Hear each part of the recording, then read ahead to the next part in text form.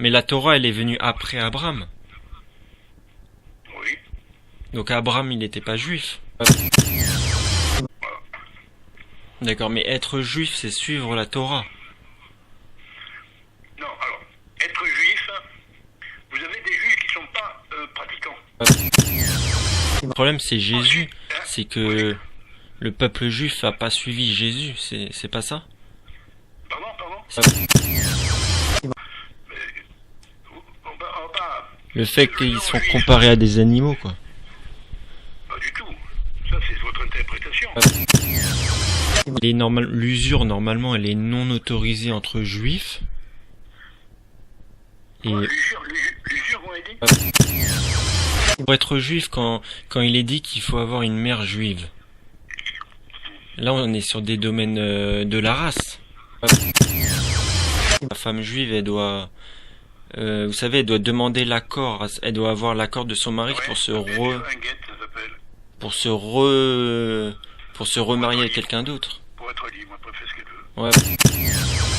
veut. Ouais. Qui fâche, mais les juifs sont des humains, non les goyim, ce sont des animaux.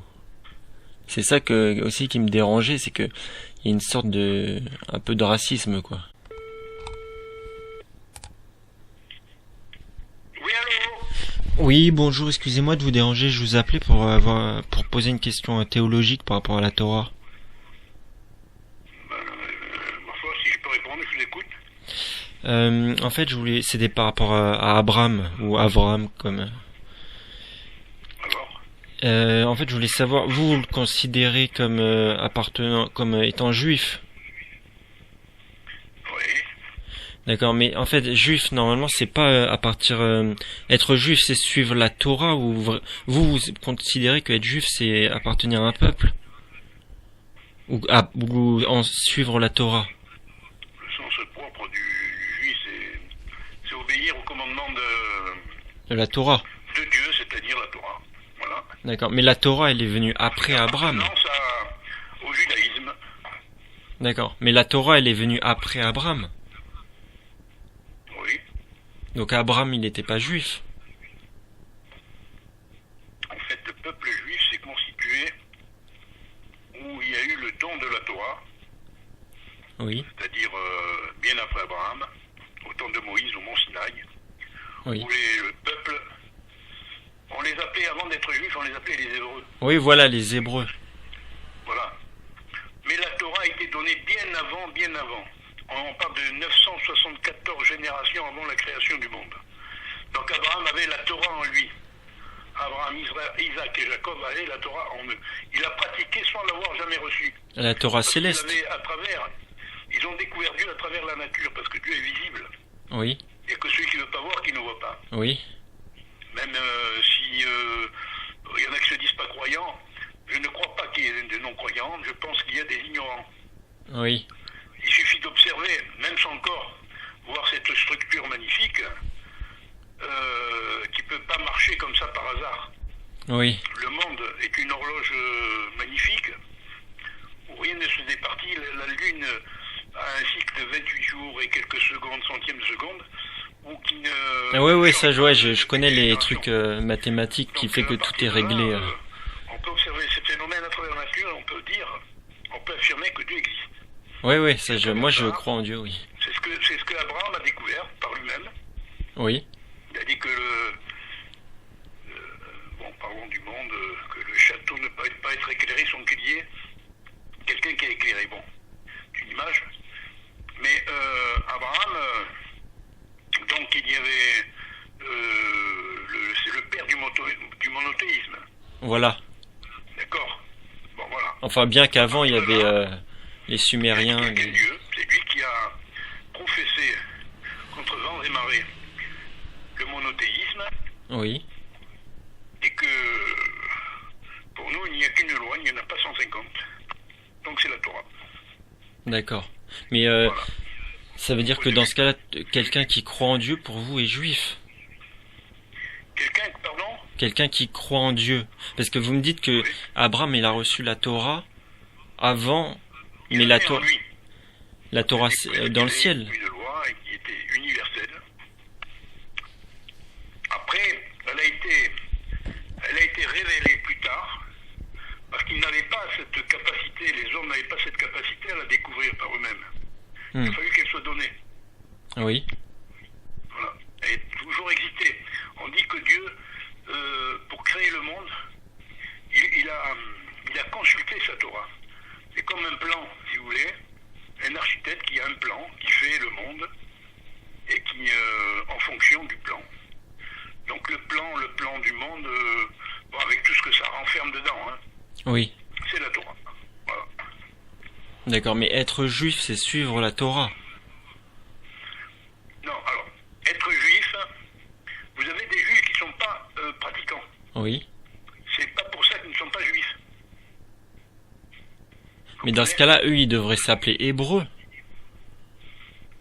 Bon, on va pas jouer sur les termes. Non, mais parce qu'en fait, c'est pas jouer sur les termes, c'est parce qu'après, du coup, la terre promise, elle est promise aux croyants. Elle est promise à Abraham, il a promis. Non. Dieu a promis de donner la terre d'Israël à Abraham et à ses descendants. Oui. Donc, ses descendants, c'est pas obligé qu'ils soient croyants, qu'ils soient pratiquants. C'est une obligation, c'est sûr que c'est une obligation dans l'absolu. Oui. Mais nous, la religion, pour moi, je considère une religion lorsqu'elle a un libre arbitre. Le juif qui ne veut pas être pratiquant, c'est son problème. Vous ne pouvez pas lui mettre un coup de pistolet Ouais. ou un coup de Oui, il n'y a couteau. pas de contrainte, oui. Il a son libre arbitre, à lui de choisir. Il reste juif quand même. Il ne peut pas s'en départir. Oui. Vous comprenez? La pratique concerne l'être humain lui-même. S'il veut pratiquer, il veut. Après, il subira les conséquences. C'est Dieu qui règle les problèmes, hein? C'est pas Oui. l'homme. S'il ne veut pas être pratiquant, on fait tout pour qu'il soit pratiquant. On va le guider, on va lui dire attention, tu te trompes, ça. Après, il insiste, il dit non, je veux pas, ben il veut pas. C'est pas des gens. Il n'y a pas une forme de dictature dans la religion. Et c'est là que joue. Autrement, si on impose quelque chose à quelqu'un, il peut le faire à contre-cœur. Oui, ça vient pas du cœur, donc ça sert à rien. Mais son esprit, vous le prendrez jamais. Oui. Vous comprenez? Mais du coup, les Ishmaël et Ésaïe, enfin en gros, la chrétienté et l'islam, eux, descendent d'Abraham. Alors, Ishmaël, c'est un fils d'Abraham. Oui. Donc ils peuvent revendiquer il a la... choisi notre direction. Ouais. Il n'est pas rentré dans l'alliance, si vous voulez. Lorsqu'il a eu la... Ils ont eu leur propre livre révélé, quoi. Ils ont eu le Coran. Ils ont choisi notre direction. On dit que Ishmaël, par exemple, fils d'Abraham d'ailleurs, frère d'Isaac, il a suivi notre direction. On dit dans les Écritures que Ishmaël était un homme des champs. Oui. Et Isaac, il était à l'étude, si on veut, hein, c'est-à-dire la Torah. Ishmaël, un homme des champs, c'est-à-dire qu'il aimait la chasse, qu'il ne vivait que par le monde de brutalité, de sang. Il était dans le sang, il était dans la violence, et il était oisif. Oui. Vous comprenez? Il s'adonnait pas vraiment au texte, au commandement. Parce que quand même, il faut savoir qu'avant la Torah, il y a eu les lois noaïdes. Ne pas tuer, ne pas voler, Oui. l'inceste. Il y a des lois du temps de Noé qui étaient déjà en vigueur Oui. et que les non-juifs doivent pratiquer. Oui. Ils ne sont pas obligés de pratiquer la Torah. Hein, c'est pas... Mais les lois, les 7 lois universelles, sans aucune société ne peut exister. D'ailleurs, on a vu beaucoup de civilisations partir, des grosses civilisations, Oui. intelligentes, riches, fortes. Oui. La Rome, l'Égypte, les Babyloniens. Ouais, les Babyloniens et les Sumériens. Ils étaient beaucoup, les Grecs, Oui. dans l'esthétisme, dans des excès, etc. Voilà. Donc, à partir du moment où il n'y a pas de règles dans les une société, elle disparaît. En tant que Hmm. civilisation. Mais après, ils suivent, enfin, une partie des musulmans suit le Coran. Alors les musulmans, c'est le Coran. Bon, ils ont eu ce qu'ils disent, hein, moi, je connais pas le Coran. Hein. Ils ont eu bien plus tard. Il y a eu les chrétiens avant d'abord, les Oui. juifs, les apôtres, qui eux ont pris la Torah, qu'ils appellent l'Ancien Testament, Oui. pour en faire un nouveau, et qui, pour eux, la Torah est secondaire. Ça leur sert de base, mais ils ne suivent pas du tout. Ils n'ont pas le samedi, le Shabbat, ils n'ont pas toutes les fêtes que les Juifs ont, beaucoup de choses qui diffèrent, les lois sur l'alimentation, etc., etc. Mais le problème, c'est Jésus. Ensuite, hein, C'est que oui. le peuple juif a pas suivi Jésus. C'est pas ça? Pardon. La différenciation, c'est pas que le peuple juif n'a pas suivi Jésus. Bah, Jésus pour le judaïsme ne compte pas, parce que c'est un homme comme tout le monde, et qui a suivi lui aussi nos directions. Bon, la loi pour nous, la loi est d'origine divine. Quelque chose qui est divin, on ne peut pas la changer. Oui. C'est pas quelque chose Mais que... Jésus, il a pas enfreint les lois de la Hein? Torah. Pardon? Jésus, il a pas enfreint les lois de la Torah. Ben, Jésus, bon, en fait, c'est un peu vague, c'est un peu flou avec Jésus, parce que je connais pas l'histoire, mais en Oui. fait, Jésus, lui, c'est un homme qui, d'après ce qu'on raconte, hein, je connais pas l'histoire, Oui. c'est plutôt les apôtres qui ont fait une autre religion. Et qui Plutôt ont fait- l'Église derrière qui après a récupéré le message Donc, de Jésus par pour faire. lui-même, je sais pas, il a été pris par les Romains, il a été crucifié. Et cette croix vient de là d'ailleurs, c'est même pas du christianisme, elle vient de là, ils l'ont pris comme symbole. Oui. Et puis il s'est quand même écarté du monde juif, de la pratique des juifs. Puis on l'a pris pour un demi-dieu, les apôtres sont venus après, et puis on a fait un Nouveau Testament. Voilà, avec beaucoup de variantes, des protestants, je sais pas. Mais vous suivez la Torah. Ah ouais, moi, Vous oui. suivez le Talmud ou pas? Bah, la Torah, c'est le Talmud, c'est la Mishnah, c'est tous les textes. Hein. Le Talmud, c'est différent de la Torah.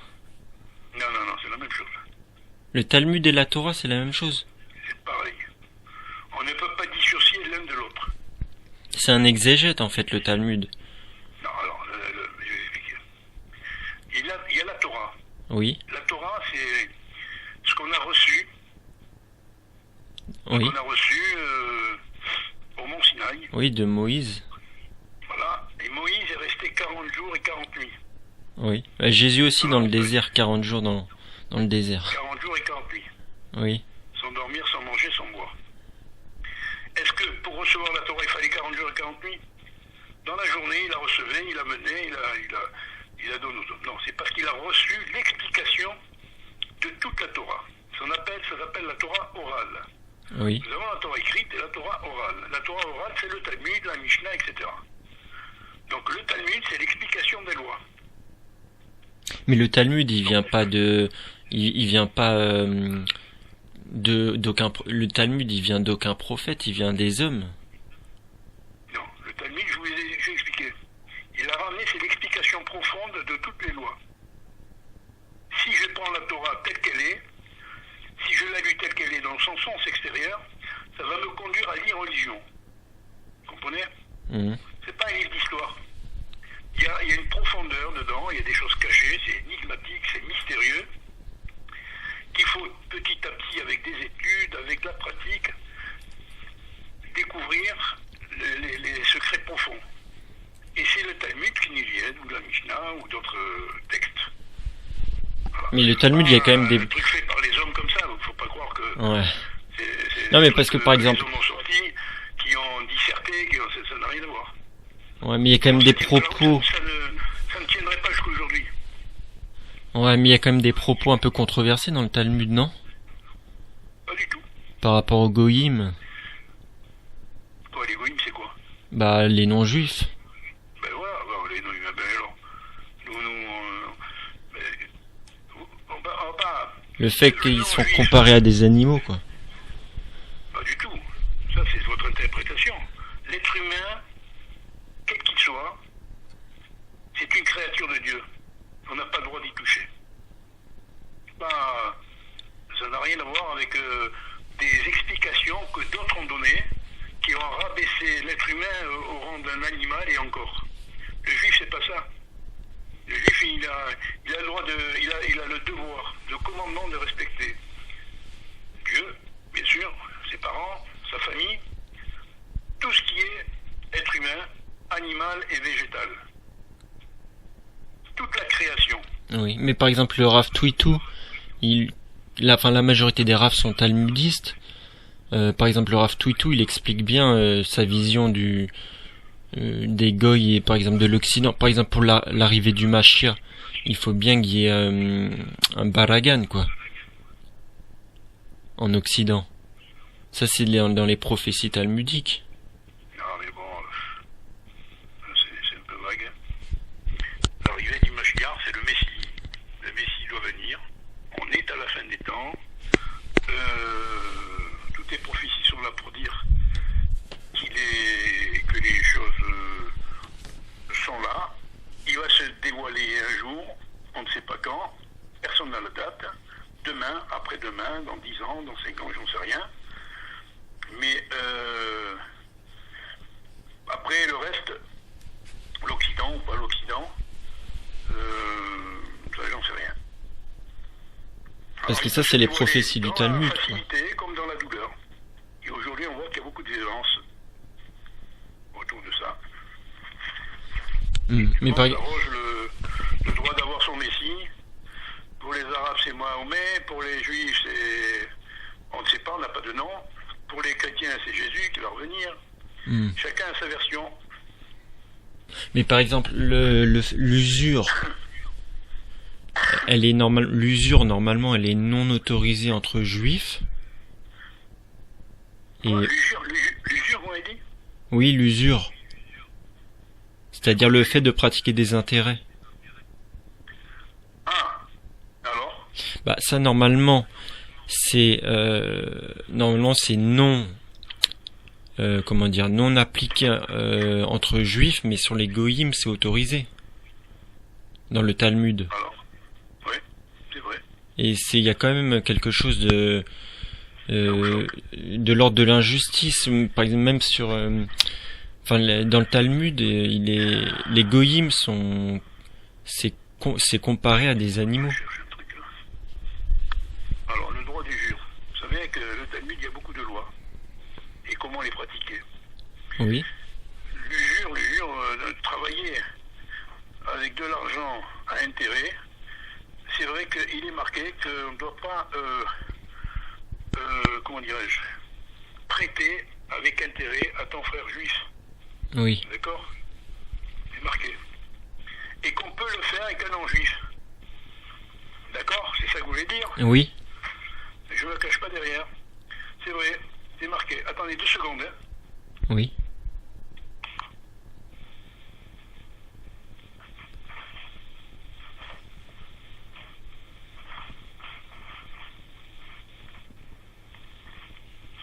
Voilà, je vous reprends. Donc ça c'est... J'étais en train d'écrire là. Ouais. Bon.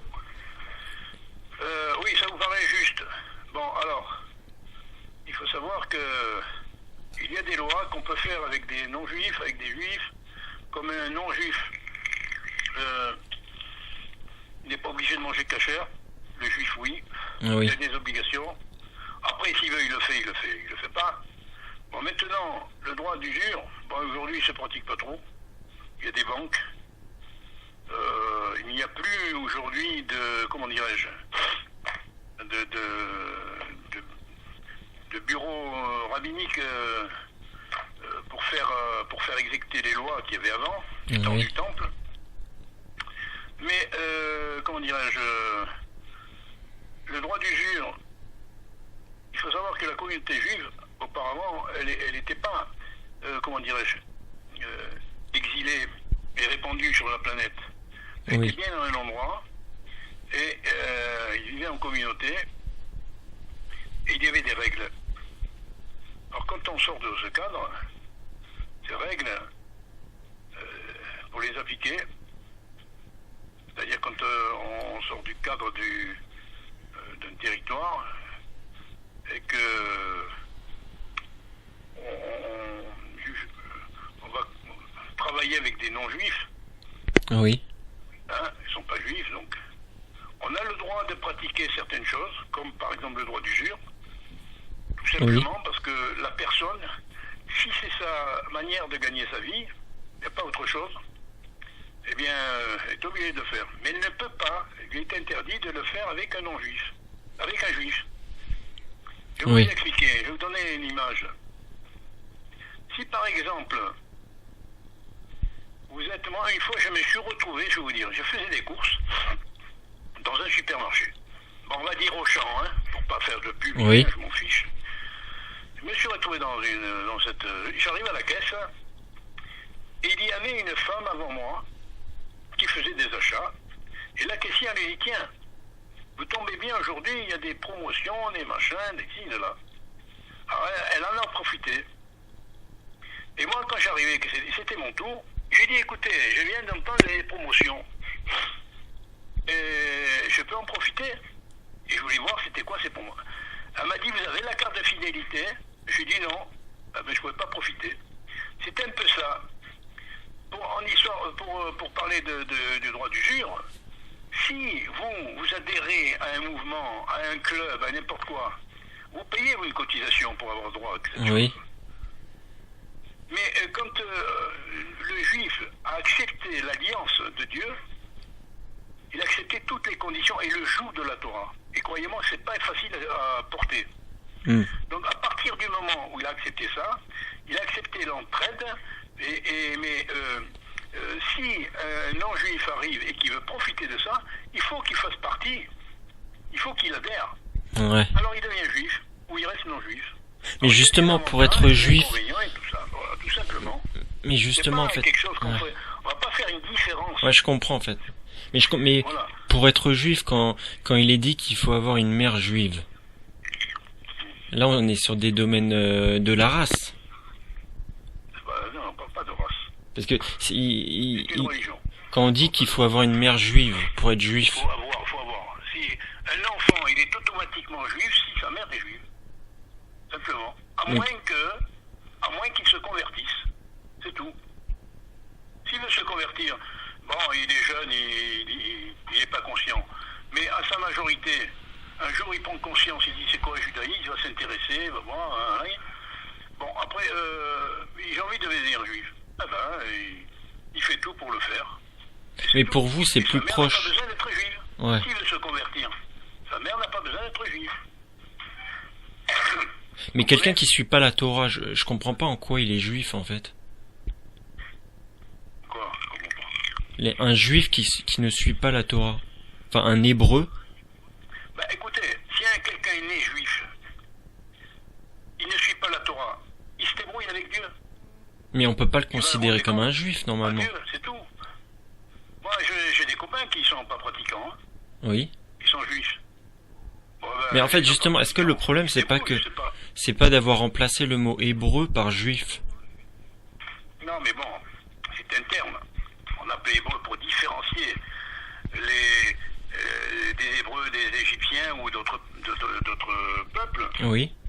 Aujourd'hui, on appelle juif parce que ce terme est venu par la suite. Mais justement, le fait qu'il soit venu... Enfin, on peut pas utiliser le même mot pour la religion et pour la race. Il n'y a pas de race juive, ça n'existe pas. Il y a des hommes juifs, il y a des hommes de religion juive, de confession juive, ou des hommes laïcs, ou des athées, ou des chrétiens, ou des musulmans.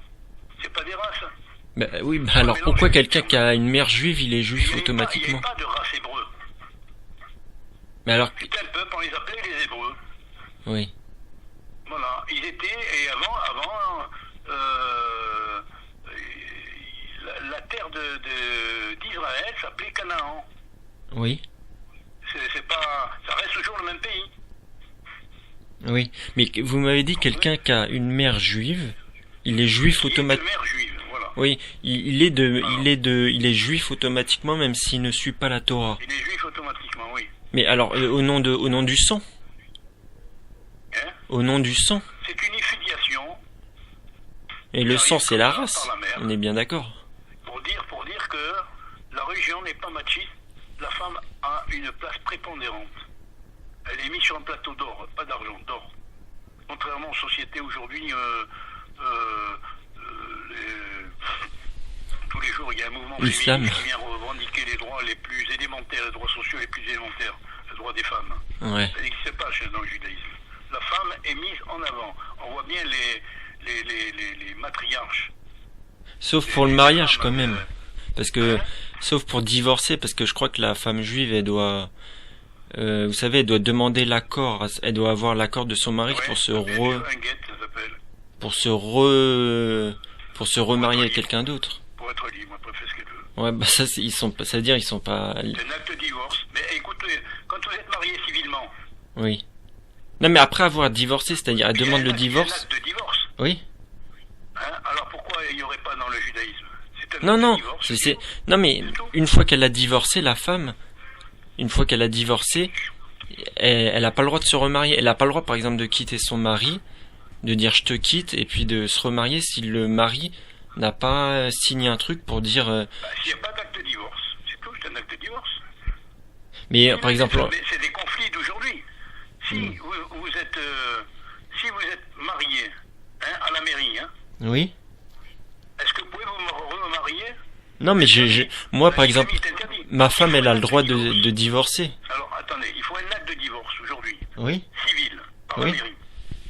Dans le monde du judaïsme, il faut un acte de divorce aussi pour se remarier, tout simplement. Oui, mais le truc, c'est que par exemple, moi, ma n'a pas le femme, droit de se remarier, c'est pas que la femme, oui. Non, mais par exemple, moi, ma femme, elle a le droit de me divorcer sans mon accord. Et de se remarier avec quelqu'un d'autre. C'est ça que je voulais Non, dire. je crois pas. Bah, moi, ma femme, si demain elle veut divorcer, elle va pas me demander. Il faut qu'elle ait son accord. Elle divorce pas toute seule. Elle va prendre un avocat. Vous pouvez être contre, pour X raisons, et vous ne serez pas divorcé. Si vous y opposez, ça peut durer même des années. Il y a des procédures. Il Ouais, faut un enfin, consentement mutuel. à la fin, si elle veut divorcer, j'aurais pas mon mot à dire, quoi. Elle l'usure peut-être, mais si vous voulez pas divorcer, elle ne sera jamais divorcée. On peut pas dire, Ouais. quand on est marié, ça concerne deux personnes. Ouais. Et on ne peut pas dire je divorce tout seul. Elle n'a pas envie de vivre avec son mari. Elle a envie de le quitter. Mais si elle est enregistrée à la mairie, mariée avec un tel, elle est obligée d'enregistrer un divorce avec un tel. C'est la loi, c'est pas, pas une invention, ça depuis longtemps que ça existe. Et vous avez le Talmud là sous les yeux? Non. Ah, d'accord. Vous connaissez le chapitre Ketubot dans le Talmud? Non. Moi, je connais pas bien le Talmud, c'est compliqué. D'accord. Je connais pas bien. Parce que, ouais, au chapitre Ketubot 6b, quand même, il est dit, bon là c'est la question un peu qui fâche, mais les Juifs sont des humains, non les Goyim, ce sont des animaux. C'est ça aussi qui me dérangeait, c'est que il y a une sorte un peu de racisme, quoi. Non, mais on va le voir comme ça. C'est pas... Vous savez, le Talmud, c'est compliqué. On donne une phrase comme ça, inversée, et il est disserté pendant des lignes et des lignes et des lignes. Il ne faut pas le prendre au sens premier. C'est pour ça que je vous ai dit que la Torah, si vous la lisez comme ça... Non, pas la Torah, le Même Talmud. un juif peut aller à l'inverse s'il n'a pas d'explication. Le Talmud, vous le lisez comme ça, mais ça s'étudie avec un maître, quelqu'un qui est initié déjà. Oui, pas comme ça, un truc tout seul. Personne, aucun juif n'apprend le Talmud tout seul. Il passe par des écoles, il passe par des gens qui sont passés par là pour expliquer ce qu'on voulait dire par là. Vous savez, il y a beaucoup de divergences d'opinion dans le Talmud. Oui. C'est pour dire à quel point ils sont allés très loin, très très loin, pour arriver à une conclusion. Oui. On ne prend pas comme ça le verset à froid et ses conclusions sont les mêmes. Ça, alors là, on tombe dans du racisme absolu. J'ai mon téléphone. Je suis obligé de vous quitter, excusez-moi, hein, j'ai rendez-vous là. D'accord.